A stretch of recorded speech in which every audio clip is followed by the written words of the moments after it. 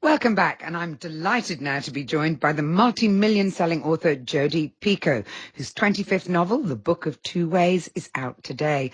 Taking its name from the Egyptian roadmap to the underworld, the book looks at the different forks in the road that we're offered in life and asks whether we're masters of our own destinies. Jodi, a fascinating subject. Welcome to the program. Now, your heroine is a death doula called Dawn. Can you perhaps explain to our listeners what a death doula is and tell us a little bit about Dawn?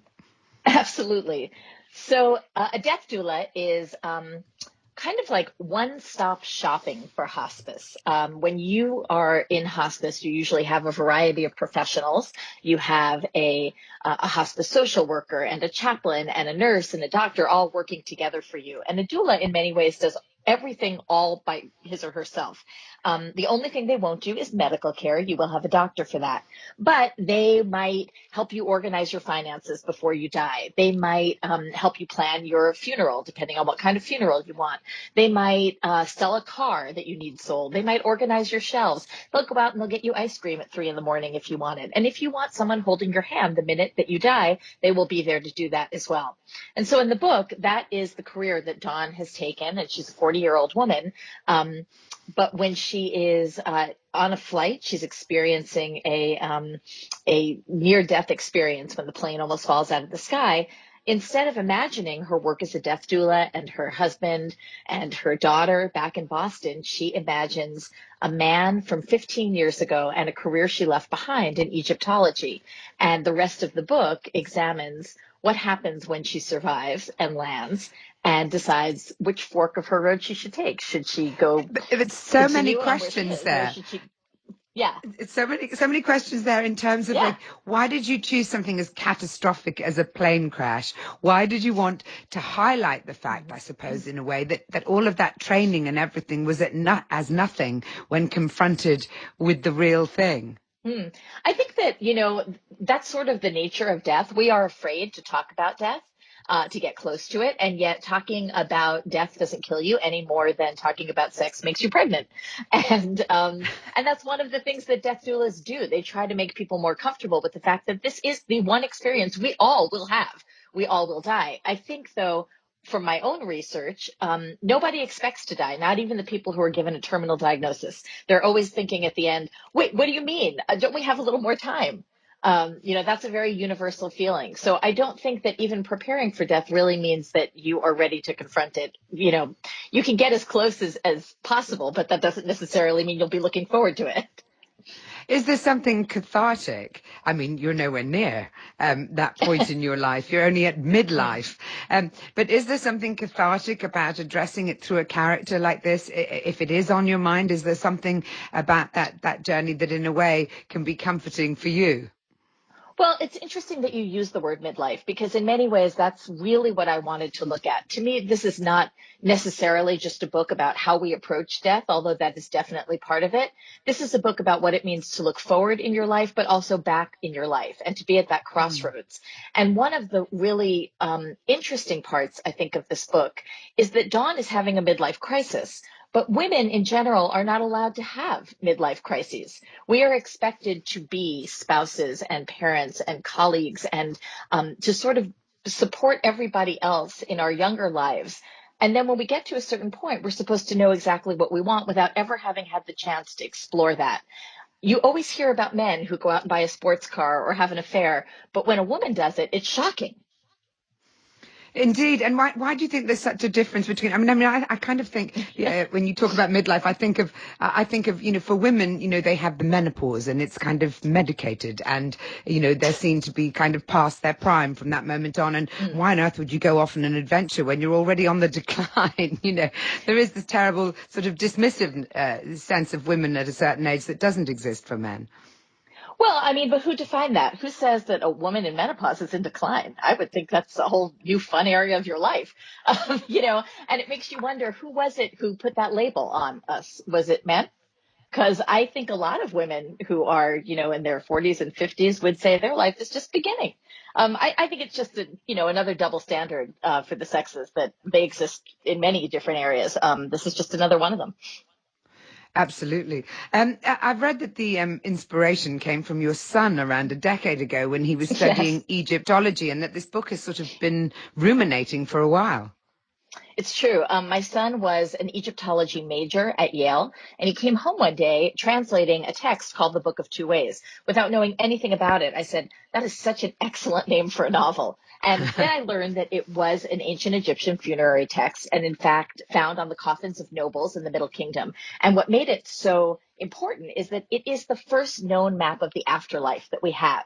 And it shows a land route and a water route. And the deceased could take either one as long as they had all the right information from the spells written in hieroglyphs around their coffin, and would wind up at the same place, no matter which path you took. And that was the field of offerings, or the ancient Egyptian version of heaven. And I love that idea. I love the idea that no matter which path you take in your life, you still might end up where you're meant to be. And that obviously became the metaphor for this book. And I did try to get years ago to Egypt to do research, but that happened to be the year of Arab Spring. And my trip was canceled because Americans were not traveling to Egypt back then. And it took me many years to get back to Egypt. I was lucky enough to go in the company of one of America's foremost Egyptologists, Dr. Colleen Darnell, who was my son's thesis advisor, and who took me into all of the tombs that you see in the book in in Middle Egypt, which is a part that is not really a tourist location.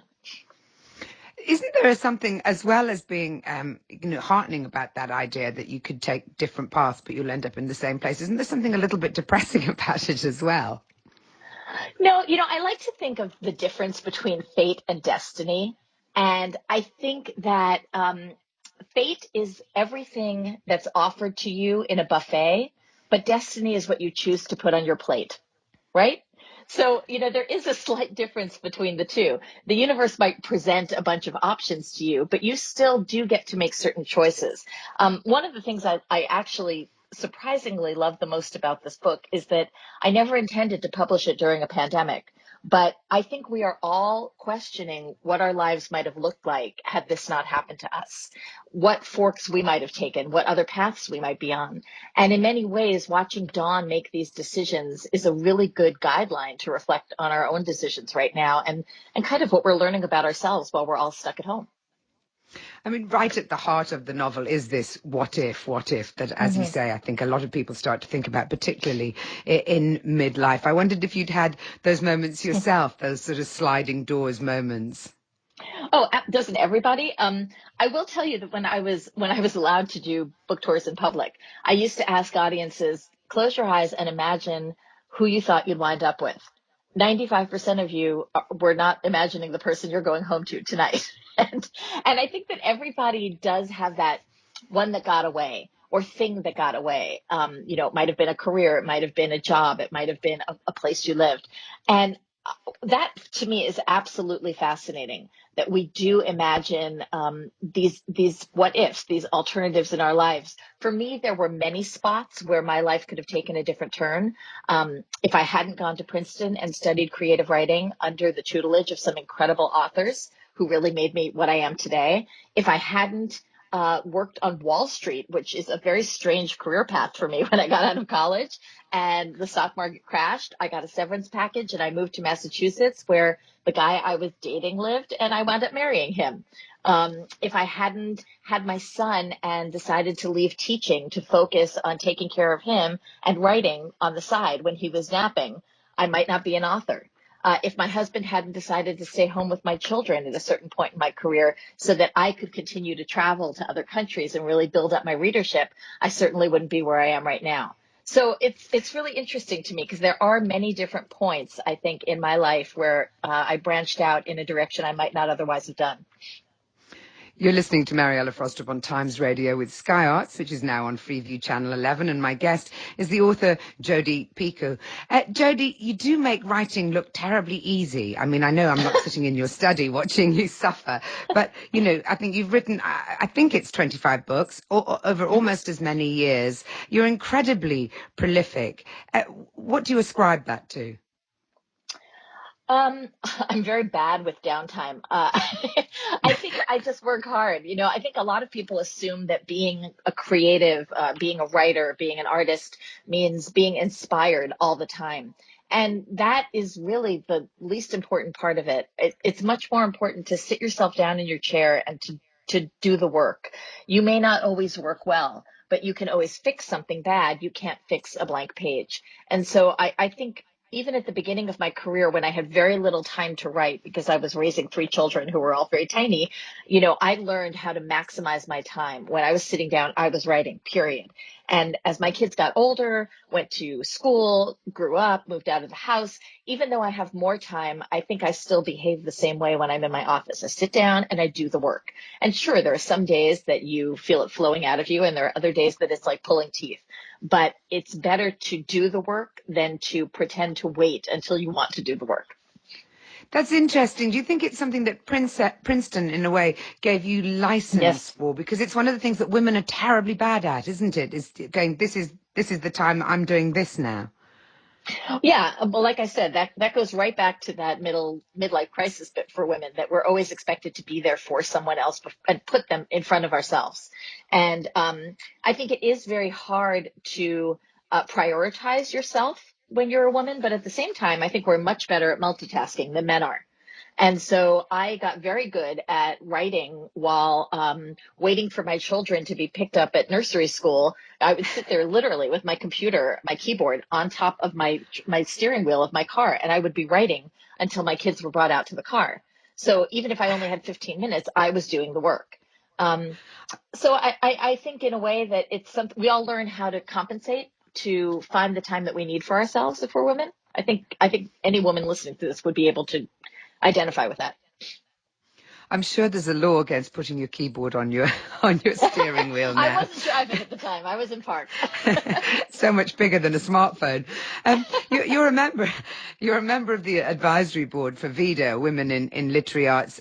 How far do you think there is still to go in terms of gender parity in literature? Is that something that you're concerned about? Is it also tied up with what we were just talking about in terms of women giving themselves permission to do something that somebody else can't put parameters on for them?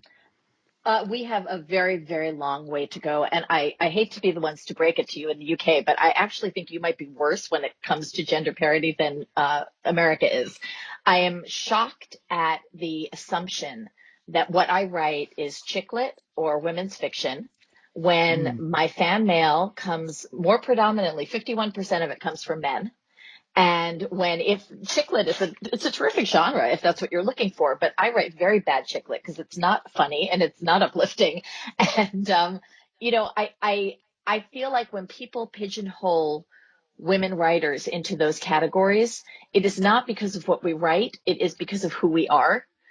You never hear someone called a men's writer, do you? You expect No, women indeed. to buy books that are written by both men and women, but there's this assumption that men won't read women, that it's not manly to read women. I have no idea where that comes from, and it is completely specious.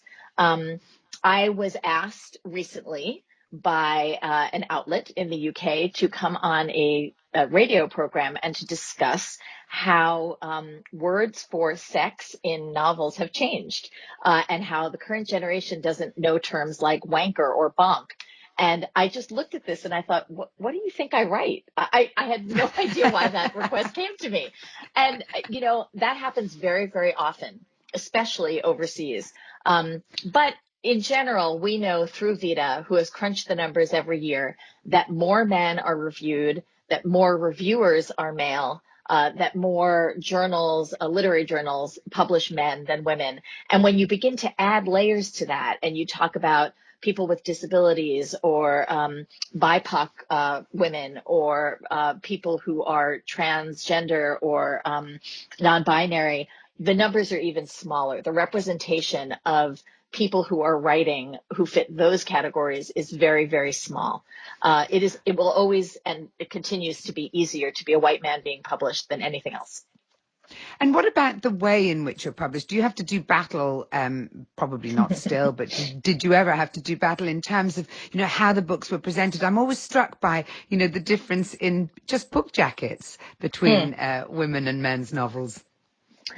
I usually leave the book jackets up to my publisher because they know what the market wants, and the sales team usually weighs in on that. And that's why they look different in different countries, for example. But that said, I mean, I think it was my book 19 Minutes, which is about a school shooting, which is certainly not light and fluffy, had a cartoon picture of daisies on the front in Poland. I don't know why. I hope it sold for them. I do think that, again, it comes down to gender stereotypes. And I always encourage people who are listening or who are thinking that they are not biased in their reading to take a look at their bookshelves. Are there mostly men on it? Are they mostly white writers? Fix that. The more diversely you read, the more you learn because the perspectives you're reading are different from your own. So if you are a man who hasn't read women lately, what are you waiting for? Do you think that there's possibly more progress in other areas of the arts and popular culture? I mean, like cinema, Mhm. for example, more female writers and directors getting noticed and not being kind of siloed in that way. I would like to say yes, but I think the reality is no. I think we're still ages behind on that. I have had the opportunity to work in the theater world, Broadway, because I'm now writing librettos as well as novels. And I can tell you that it's even worse, I think, on Broadway than it is in publishing, mostly because the theater owners on Broadway are almost to a T older white men who are looking for stories that reflect their own sensibilities. When you think about it, think about shows that have made it to Broadway that, for example, spotlight the relationship between a mother and a daughter. There are very few. Most of them center on a young man or a man's story. And yet we know for a fact that 80% of ticket buyers are women. You've talked about the serious themes that underpin your work, and last year you wrote about race in America in Small, Great Things. Was it strange to see those themes then played out this year with such drama after George Floyd's death earlier in the year? But it certainly wasn't strange because it has always been there in America. We are a nation that was built on slavery and with slavery, and yet we have not had the grace to acknowledge that politically or to make amends or reparations for that monetarily. Um, those are things that I think really need to happen in America. And I think that we'll continue to see a pot boiling over until the deeper issues are addressed. Uh, it is what I think has been really wonderful is that a lot of white eyes are maybe being opened for the first time. I mean, that's not so wonderful that it took this long, but on the other hand, Mm. to know that there were so many non people of color going out to protest George Floyd's murder was really heartening to see. We have a long way to go in America. We are nowhere near close to eliminating racism or even beginning to tackle it. And we're not going to get anywhere, honestly, until we have a new administration. Speaking of which, we certainly Yeah. can't afford to take the higher ground over here, but it does seem that one half of Americans just can't hear the other half, that many writers and other artists are united in their dismay about Donald Trump being president, but the other half just isn't listening. I talked to Tim Robbins earlier in the week, and you could hear the frustration in his voice about, Mhm. what's happening in American politics at the moment. Do you think that any Trumps, because he's just made this podcast, called Bobo Supreme, which is very funny about a kind of, egotistical, maniacal, fictional president.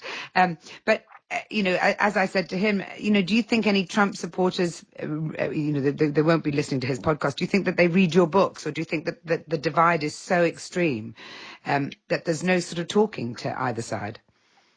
I know they read my books because they write me and tell me when I am offending them all the time. um, and I have to say that I will model the behavior I try for in my books. I will always have a conversation with someone who thinks differently than I do. And I will ask them why they believe what they do. I will give them examples and statistics and facts and studies to show why I think the way I do. And sometimes you can move a needle. Sometimes you can. Many times you can't. And I will shut down and stop having a conversation when they begin to threaten me or my family, which happens a lot as well. Um, so you're right in that there are some people who are just not willing to hear yet, and you can't make someone hear whose ears are closed. But if you don't try, you're never going to know if they can hear, which is why I do encourage having the conversation, even if it's hard. But And do you get sorry, go ahead. Go ahead. I was just going to say that I think that that there are a lot of people that I hear from who say, "I read you for your fiction, not for your opinions."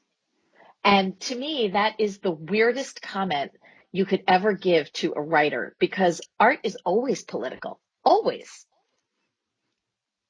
Do you feel that I mean, you've sold tens of millions of books and you have reach across the whole social spectrum. I wonder if that comes with a kind of sense of responsibility to tackle Mm. serious subjects, because actually, and this is meant in a complimentary way, you are in a position where you can introduce people perhaps to subjects and themes that they think they're not interested in or they disagree with. Mhm. Absolutely. And you mentioned small great things. Small great things is really more about white privilege than it is about racism, because what do I know about racism? I'm a white woman, but I can tell you a lot about white privilege. And there are a lot of people who read that book, as I expected them to, who were white and thought that they could identify the white supremacist in that book being the neo-Nazi character. What they had a harder time wrapping their head around was the nice lady who's white, who is a public defender representing a Black woman who seems to do everything right and doesn't consider herself to be prejudiced, who is also a victim of this system because she benefits because of the color of her skin, which is white privilege. And a lot of white people read that book and had no idea that they could think of themselves in that way. So in that sense, yes, I do think sometimes I can introduce that splinter that bothers you so much that you keep worrying it and learn something about yourself. I also think, as you said, that I have been very fortunate to be given a podium and a microphone. And there is responsibility in my mind for that. When you are given a space to speak, you should think very hard about what you want to say and hopefully make the world a better place with what you have to say. I'm never going to tell someone what to think, but I am going to ask you why your opinion is what it is. And I'm going to ask you to justify it. We also live in quite censorious times, though, don't we? And the sort of moral indignation is at epidemic levels. Do you think about cancel culture and, that whole thing about Karens and all of that? I mean, do you worry about tackling subjects that are meaty in case people respond in a completely illogical and extreme and indeed often hysterical way? Yeah, I've absolutely lost readers because of what I write. I don't care at all, because there are far more readers who want to be challenged, who want to think for themselves, and who are open to conversation and discussion. And those are the people who move the world forward. And losing a small percentage of readers who can't see outside their own echo chamber, to me, is a very small risk. I would never temper the things I write about because of it. I think that would be facetious. And if I ever did that, it would be time to stop writing. Cancel culture, I think, is a real problem, because what it says is I'm right, you're not. And that's it. We're not having a discussion anymore. There is no way forward from that. And just, well, not finally, because I've got one other thing I want to ask you, but, the election is upcoming at speed. I know you were on a book tour in Australia when Donald Trump got Yes. in, and you actually got up and challenged some Australians who were sort of joking about it at a table next to you. 4 years on, how strongly are you feeling now? How much greater would that confrontation have been? I probably would have overturned the table. Um, to be honest, it has been a devastating 4 years, and the rifts that this man has made in America are so far reaching that I honestly don't know how you stuff back the evil that has been unleashed from Pandora's box. I certainly hope we have a chance to, and that the Biden administration is the one to do it. And I do think that he will challenge the election. I think we're not going to know who's president on November 4th. And I certainly hope that Americans are smart enough to do the right thing. He has a tendency to go around saying, you know, look, aren't you better than you were 4 years ago? There is not a single person in this country, except possibly his own family, that is better off than they were 4 years ago. And if you can't look at yourself and see that, then I really do not understand what you're using to base your decision on for your vote, with the exception of the fact that you are undeniably racist and don't want to say those words out loud. And just finally, Jodi, many people might not like to be asked what next just as the book they've finished goes on sale. But I suspect that someone like you who publishes books as often as you must already be eyeing up the next one and spoilt for choice in terms of subject matter out there. What is next on the horizon?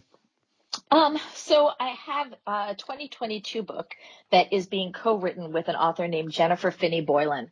And it is about trans issues and what it means to be a woman.